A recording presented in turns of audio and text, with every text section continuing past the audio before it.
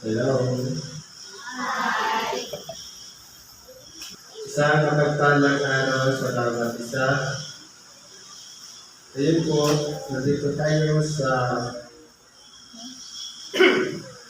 pag-aaral ng tinatawag na salita ng Diyos.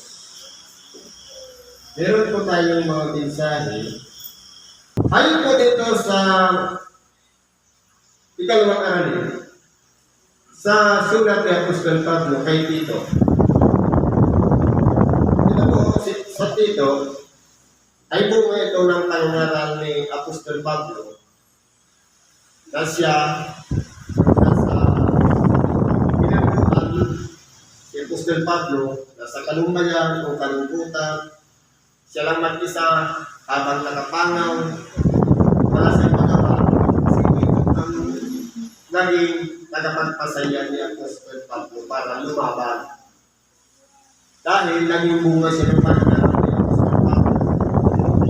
Inaalin niya ngayon si Apostol Pablo sa kanyang kalumbayan kung siya'y nasa bilangguan. Kaya siya laman na sinasabi.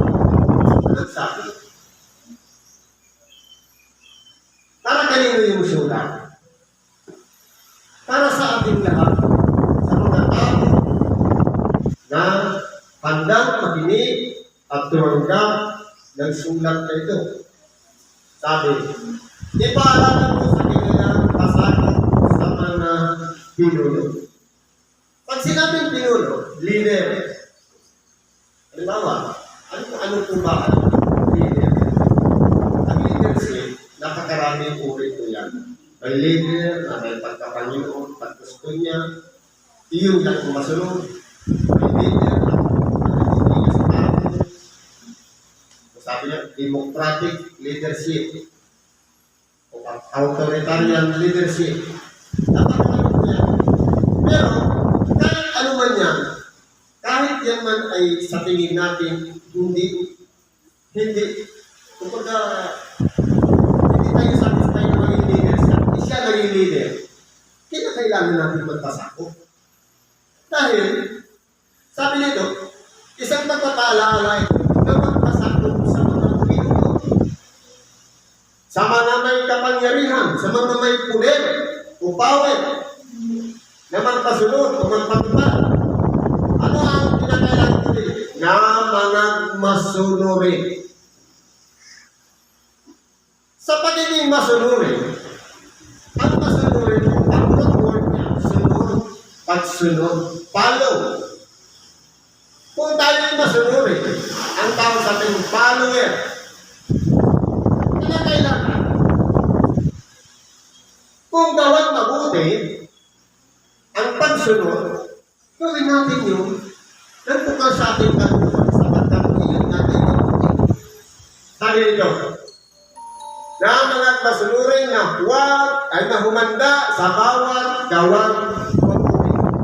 Hindi na kailangan nakakatay na mabuti para kakulihan tayo, para kaangalan. Kundi, sapat na yung makagawa tayo ng mabuti. Dahil lihit na yan, buhayan, mahalaga, mabuti yung ating ginawa. Na ano na po? Na huwag magsalita ng masama tungkol sa kanino man. Pinatawanan po pala tayong magsalita ng masama sa kanino man. Ano-ano po ba yung magsasalita ng masama? Halimbawa, yung pagmimenos o pagmamaliit, yung paninirang puri. Bawal po pala yun. Dapat po pala, kung halimbawa, yung follower, between follower and leader, dapat pala sarili niya lang natin, huwag na natin ibahagi sa kapwa na parang mag-ibahagi na tayo na dumami yung kumontra. Dahil po pala, handa tayong magpasako. Sabi dito, na huwag makipagtalo o argumento. Kasi ang pagtatalo mo kasi, nagpapagalingan niya yung ideya. Kahit mas magaling yung ideya mo, yun lang yung ideya ng leader, igalang mo. Dapat natin yung respeto. Sapagkat, kung yan po respeto ang mawala, ang darating niyan, ang kandidan niyan, pagtatalo. Kundi, mapakahinhin. Ano mapakahinhin? Yung tahimik, pagiging tahimik. Magpakahinamon, kalmado, relax lang. Na handang tanggapin, yan ang pamamahalan niya. Accept it. Pwede kong sundin yan. Kasi malay mo, baka ngayon, kontra tayo, darating yung panahon, manipili tayo. Tapos, mas malala pa pala yung ginawa natin. Akala natin, mas magaling na yung ideya natin. Nung naging leader tayo, mas malala pa pala tayo. Kaya po, dito, tinuturuan tayo ng pagsunod. Sabi dito, sapagkat tayo na ang unang panahon ay mga mangmang. Babalikan natin yung sitwasyon bago natin o bago na buksan ang ating pag-iisip. Ano ba tayo na tayo? Ano ba tayo? Bago tayo na rin leader. Hindi ba tayo dati huwag mangmang, walang alam. Yan ang palagi natin isipin. Wala tayong alam. At sa pamamagitan ng kalooban ng Diyos, pinagkatiwalaan tayo. Nagkaroon na tayo ng halaga sa harapan ng Diyos. Hindi na tayo mangmang. Pero, palagi natin iisipin, yung dati nating kalagayan na tayo ay isang mangmang. Mga suwain. Kumbaga, ayaw magpasama, ayaw siguro. Mga nadaya. Halimbawa, saan ba tayo nadaya? Hindi baga noon, pinapapaniwala tayo, namumog sa pulo, manalangin ng pagkahaba, at pagkatapos, magkumpisan. Kung titingnan po natin, nadaya tayo ng mga malimbahan. Sabi pa dito, na nagsisipaglingkod sa sari-saring masamang pita at akala natin kung tayo ng mabuti sa kapwa, sapat na. Kinakailangan pa rin pala natin magpasakop sa Diyos. Kilalanin natin si Kristo at ang kanyang aral. Yun po ang pinaka-importante. Nilalapit natin doon. Sa kabila na tayo ay dating naman, suwain, dapat po, binago na tayo na nanganumuhay sa masasamang akala. Namin yung pag akala ko, ganito, akala ko, hindi naman pala. Walang puro o walang patotoo. Akala lang natin. Dikta lang ng isip. Mayroon ito. Masasama pa yung akala. Ano pa? At kapanaghilian. Sabi-sabi ko, pag-uwi. Ayaw ko sa kanya. Mas gusto kasi ano. Yun ang kapanaghilian. Mga nabuko tayo sa kapwa, murahin lang tayo, ganito tayo sa kanya. Pagka minsan, hindi lang tayo pinipili, hindi ba dati tayo gano'n? At tayo nangagkakapukutan. Kung baga nagagantihan. Galit din. Di ba dati ganito lang nalagayin natin? Ngunit ano sabi dito? Ngunit ang mahayag na ang kagandahang loob ng Diyos. Yung kagandahang loob ng Diyos, intensyon ng Diyos sa bawat isa sa atin. Na ano mo yun? Na ating tagapagligtas at ang kanyang pag-ibig sa tao. Ano po ang kagandahang loob ng Diyos? Una, isinugo niya ang kanyang bugtong na anak. Maraming mga propeta ang hindi pinaniwalaan ng tao. Nangangaral tungkol sa salita ng Diyos. Pero hindi nila pinaniwalaan yung amang pinatay. Sabi nga, ito na ang nag-iisa kong anak. Ipapadala ko kay bata siya patinggan niya. Anong ginawa nila? Ipinilag na sa kahihiyan, ipinapakot pa sa krus, at yung sala na dapat sana tayo yung ipakot sa krus. Dahil tayo yung makasalanan, siya ay isang matuwid, inihain niya ang kanyang buhay para sa bawat isa sa atin. Isa na yun sa kagandahang loob ng Diyos. Na dapat sana, hindi isusubo ang kanyang bugtong na anak para lang ipako sa krus. Dapat tayo yung ipako sa krus. Pero tayo sa kagandahan buhay niya, ito na lang anak ko ang ipapakot ko sa krus. Para ang lahat ay mapatawad ng kanilang kasalanan. Kaya hindi po tayo pwedeng magmalaki na 30 anyos na kung nasa paglilingkod, kung ako'y maraming nagagawa, nung ako'y naglingkod, hindi po. Kagandahan ng plan ng Diyos, ibig sabihin, para tayong instrumento, katulad ng isang martilyo, kung hindi hawakan, hindi siya magpapabaon ng pako. Kung ilalagay natin ang ating sarili na walang kwenta, walang halaga, gagamitin tayo ng Diyos, ibig sabihin, nasa atin ang pagiging isang mapagpakumbaba o isang halimbawa na hindi marapat akuin natin dahil ang kapurihan lang doon sa Diyos. Kahit ng ating dakilang Panginoon, nung tinawag siya na mabuti, hindi niya inaring sa kanyang sarili, may isa lang na mabuti ang Diyos. Dahil nabuhay din siya sa kalagayan ng tao, hindi niya inako ang isang bagay na hindi niya dapat akunin at nabuhay na sa bilang tao. Pwedeng hindi niya maganap ang kalooban ng Diyos dahil lamang sa pag-ako ng isang bagay na hindi dapat akunin natin. Yun ay sa kanyang anak. Kaya kung titingnan po natin, dito sa sitas na ito, titingnan po natin yung dati natin kalagayan, ginamit lang tayo, kasangkapan lang tayo para ipangaral ang salita ng Diyos para makatulong sa kapwa. Hindi po dapat natin akuin ang kapurihan sa ating sarili. Dahil tayo mula sa isang mababang kalagayan, marumi, tayo ay manang, kaya sabi nito, suwain, mga nagaya, kaya hindi po dapat natin tanggapin dahil nakatatak pa rin sa ating sarili yung dati natin pagkatakot.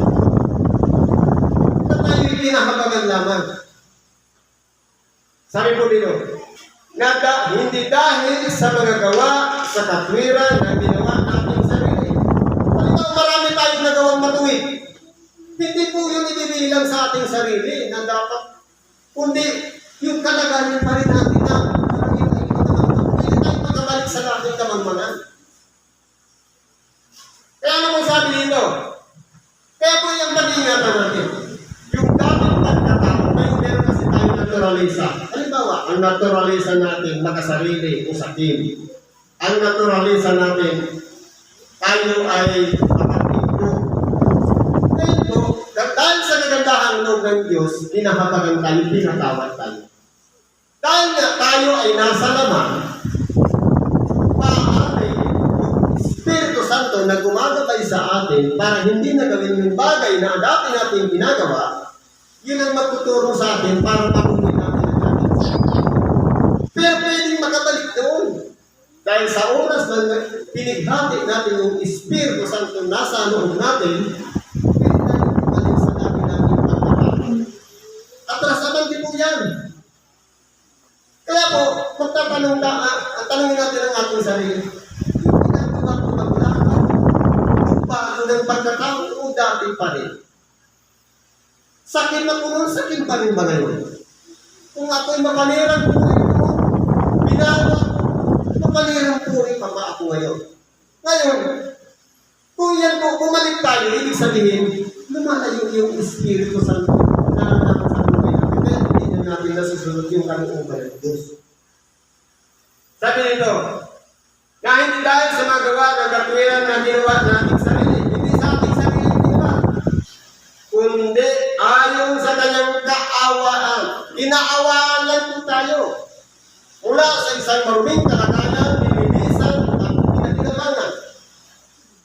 Mula sa isang maruming kalagayan na tayong makasalanan, pinatawad tayo ng Diyos at ngayon ginagamit tayo para maghain sa ating puso. Ito, pamahalaan mo ito. Ito, maging leader ka dito. Ito, maglingkod ka dito. Maraming matutulungan ka dito. Ngayon, ano natin? sinasabihan sa atin. Hindi. Isa lamang tayong gagamitan na marumi, pinatawad, nilinisan. At ngayon, katulad ng isang tasa na pulot na marumi, nilinisan, ngayon pinakikinabangan na ginagamit sa pagkape. Pero kung titignan natin, hanggat walang humahawak at dumadampot doon sa tasa na yun, wala na siyang silbi at sa kwenta. Kaya habang pinakikinabangan pa at napagsasalinan pa ng kape, mapalat yung taon na nananahan pa ang Espiritu Santo sa taon. Ganun po yan. Ano ba sabi dito? Sa pamamagitan ng paghuhugas sa muling kapanganakan at pagbabago ng Espiritu Santo. Yung muling kapanganakan, hindi ba ang unang naranasan natin, yung ipinaganak tayo ng ating pagkulang. Malinis yun, walang kasalanan, di ba mga sangkol, walang kasalanan. Kaya nga siya nagpupurit sa Diyos. Pero sa muling kapanganakan, yung pagbabago ng Espiritu. Sa magkatuwing bagay, ito na yung bautismo ng Espiritu Santo. Na tinanong nila, maninig mo sa ating kabilang Panginoon, yung pagbabago ng pagkatao. Kaya, hindi natin magagawa mag-isa dahil hindi natin kaya. Kaya natin yung gawin sa kapamamagitan ng tulong ng Espiritu Santo, yung mga bagay na malaya nating nagagawa na yan ay pita lahat ng laman. Dahil sa Espiritu Santo, makakapagtingan na tayo dahil sa tinatawag na budhi, konsensya. Kaya po, magagawa na natin kung ano yung nais ng Espiritu Santo. Sapagkat Espiritu Santo na ang nananahan sa ating puso at hindi na yung dati nating pagtatakot. Ano sabi dito? Na kanyang ibinuhos ng sagana sa atin sa pamamagitan ni Hesus Kristo na ating tagapagligtas. Kaya kung titignan natin, gumaan na ang ating pakiramdam, hindi na tayo problematic. Yung mga pag-aala-ala natin, yung mga pagkabalisa, naibsa na yun dahil ipinuhos na sa atin. Habang tayo nagpapatuloy sa pagsamba, sa pagkain sa pilyo, sumasagana talaga yun. Kaya ang iniingatan po dito, yung naturalisan ng pagkatao, at ginagamit tayo dapat alisin natin yung naturalisan, yung dati natin gawin o ugali, yan po kasi ang pagpapahabag sa atin. Dapat po gano'n. Upang sa pagkaaring ganap sa atin, sa pagkaaring ganap, pag sinabi kasing ganap, perfect. Dapat po, ang lakad natin papunta sa perfection. Na hindi na babalik sa patayin ka muli sa pagkakasama, patayin ka muli, magsisisi na naman. Parang hindi ganoon. Magsisisi, tapos balik ka naman sa dati, tapos patayin ka. Hindi mo dapat ganoon. Consistency ang pinag-uusapan dito. Papunta doon sa kasagdanan, o pagiging ganap. Ano po? Sa pagkaaring ganap sa atin sa pamamagitan ng kanyang biyaya. Biyaya yun lang pala yung maging ganap tayo. Ibig sabihin, kulang pa rin sa Diyos. Hindi tayo magiging ganap sa gawa ng ating sariling mga gawa.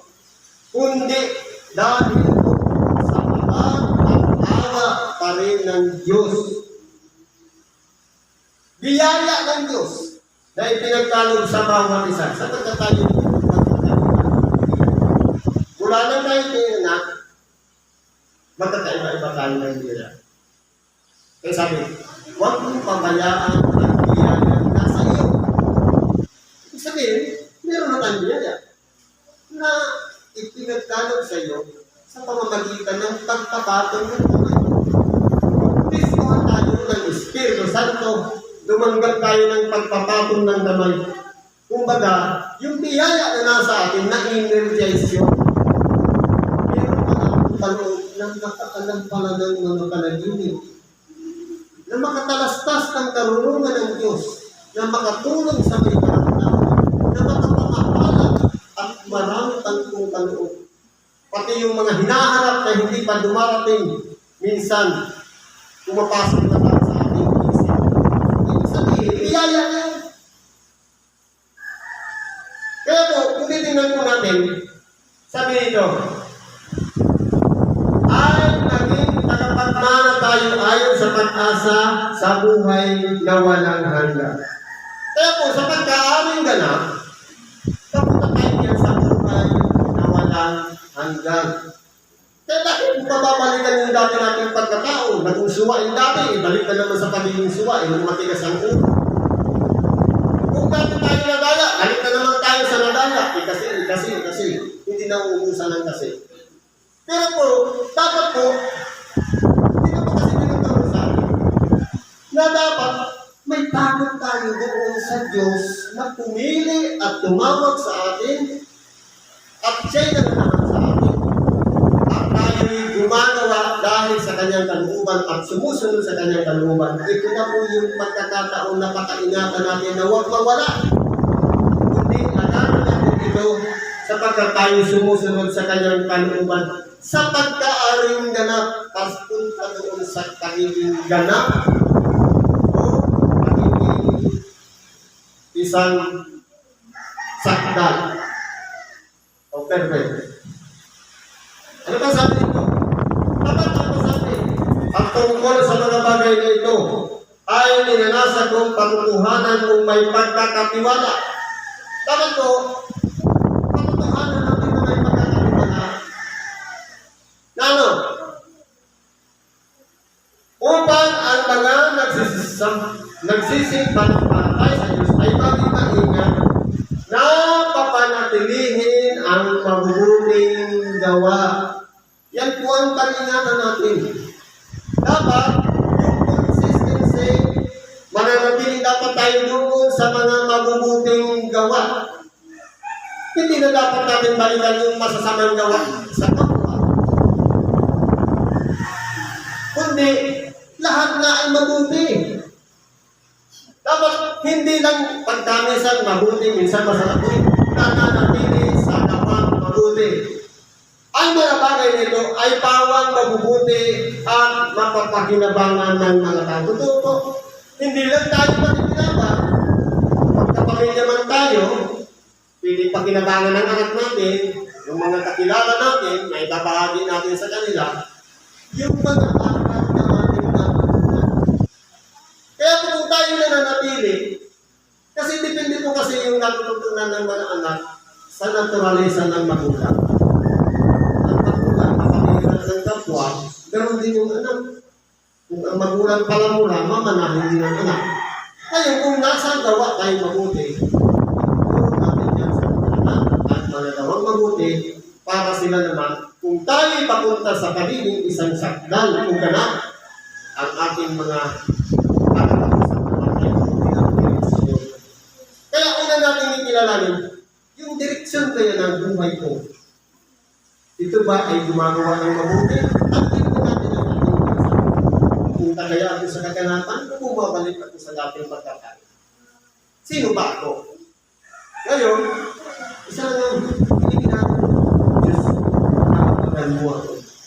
Para hindi ako malibis ng landas at maganap ko kung ano ang ayon sa iyo pananapan.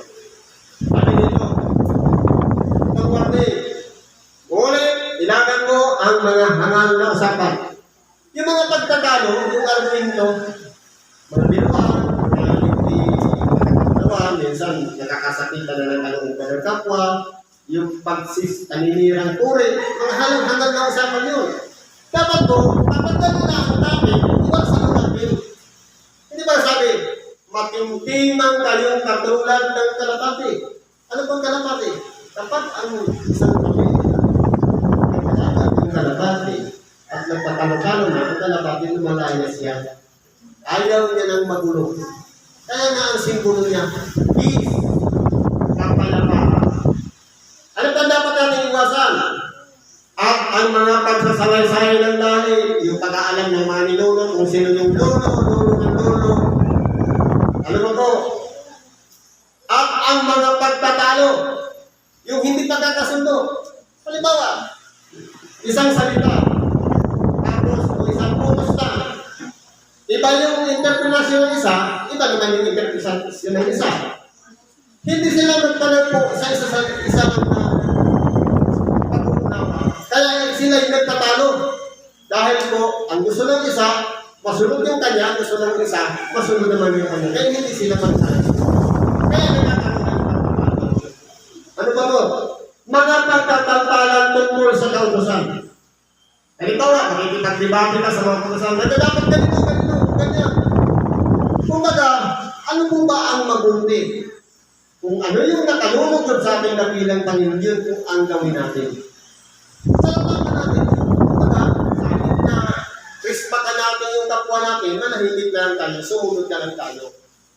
Dahil tayo ang nakakala, mas malawak ang ating unang pagkain. Kumbaga, totoo, parehas tayo gumagawa ng mabuti. Pero kung lalaki yung dahil ng isang salita, lumaki yung usapan at nagtalo at hindi na nagkasundo, mas maigi pang manahimik na lang para walang argumento. Bakit po? Yung magkakatalang usapan pala, pagsasalaysay ng lahi, mga pagtatalo at pagtatantalan tungkol sa utosan. Sabi nito, sapagkat ang Panginoon ay hindi nakikinabangan at walang kabuluhan. Bakit natin yan ilalagay pa sa ating isip? Ilalagay pa natin sa ating bibig at sa gawa, yung mga bagay na yun. Wala naman pala kapag ginagawa. Ano magiging benepisyo noon kapag ginagawa natin? Wala. Walang kabuluhan. Kanina ko dito sa panghuli. Ang taong may maling pananampalataya pagkatapos ng una at ikalawang pagsaway ay itatwil mo. Dito po, hindi maaaring ang sa kanang dito, pang-congregasyon dito. Siyempre, kapag ang isang tao sinaway, nagkamali, kasama natin, sinaway mo isang beses, hindi pa rin nagbago, nadalawahan. Ayun, talagay muna siya, hindi. Pang-congregasyon. Hindi sabihin, kasi kung halimbawa, individual, tayo lang yung nagsaway, hindi siya nakinig, inulit na pa rin, tapos na tayo lang nagsaway. Kung simbahan o kongregasyon o pamunuan yung nagsaway, yun po, maninipan, tama yun. Dahil yun po ang may responsibilidad tungkol sa bagay na yun. Pero kung tayo lang, pag-uhusga kung mag-isa lang tayo, kailangan natin sa ating sarili na itiwalag natin. Itiwalag natin, hindi hinusgahan natin yung kapwa. Kaya, ang kongregasyon, iba po kasi usapan pang kongregasyon, isa pang sa kung nalang muna ang pag-ibahati natin sa oras nito, naway at ingatan natin ang ating sarili.